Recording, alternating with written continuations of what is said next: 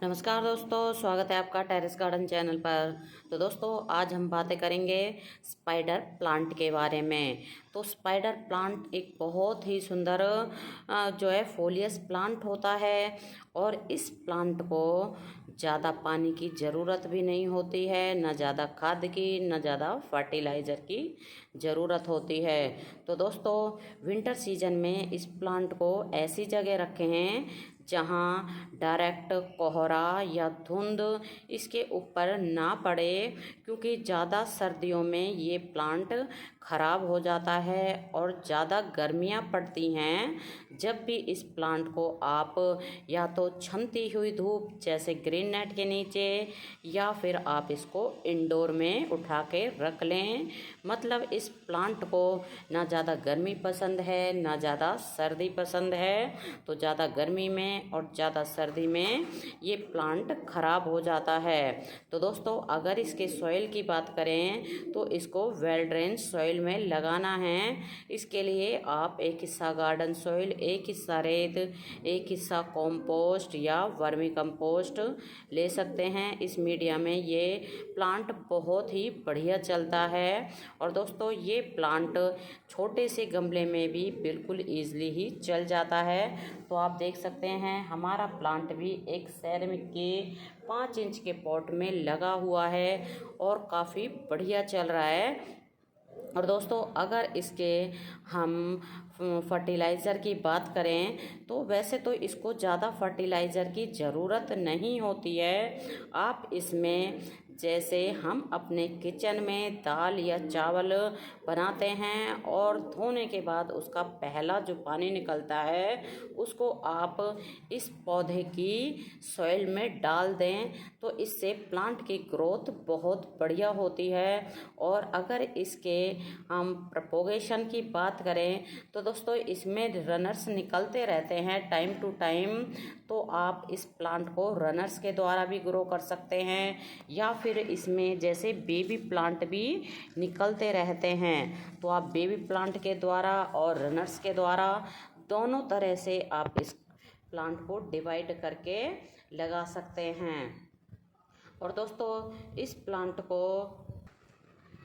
आप indoor shade में भी ग्रो कर सकते हैं।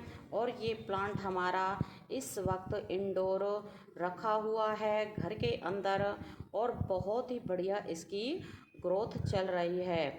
और दोस्तों, ये प्लांट जो है गिफ्ट देने के पर्पज़ से भी बहुत ही बढ़िया होता है। किसी भी ओकेज़न पर आप इसको गिफ्ट दे सकते हैं, जैसे किसी की जैसे ऑफिस का ओपनिंग है या फिर घर का मुहूर्त है, तो किसी भी शुभ अवसर पर आप इस प्लांट को गिफ्ट कर सकते हैं। और दोस्तों, इस प्लांट को आप किसी सेरेमिक के पॉट में लगाकर अपने घर के अंदर रख दें तो बहुत ही बढ़िया ये प्लांट लुक देता है।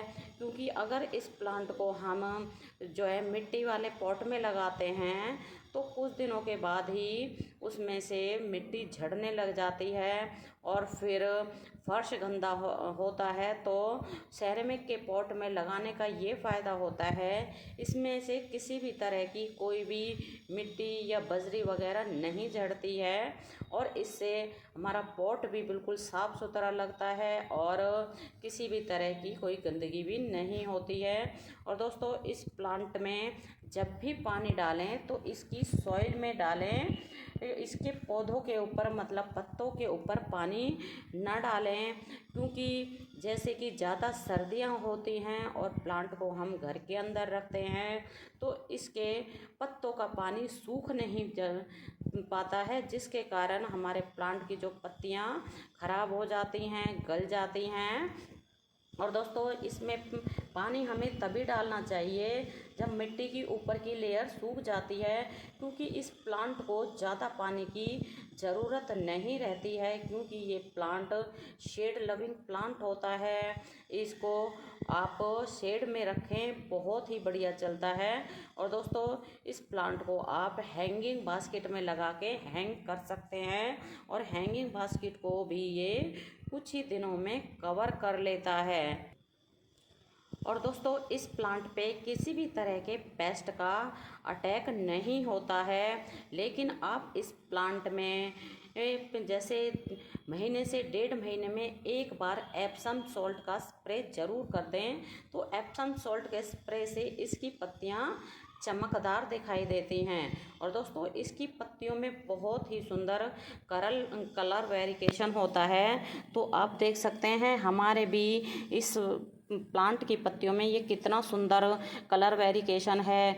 बीच में जो है ग्रीन कलर है और इसके बॉर्डर पे क्रीम कलर है, जिसके कारण इसकी पत्तियां बहुत ही सुंदर और अट्रैक्टिव दिखाई देती हैं। और दोस्तों क्या होता है कई बार कि ज़्यादा गर्मी या ज़्यादा सर्दी में ये ज़्यादा पानी या फिर पानी की कमी के कारण इसकी पत्तियों की टिप जो है सूखने लग जाती है।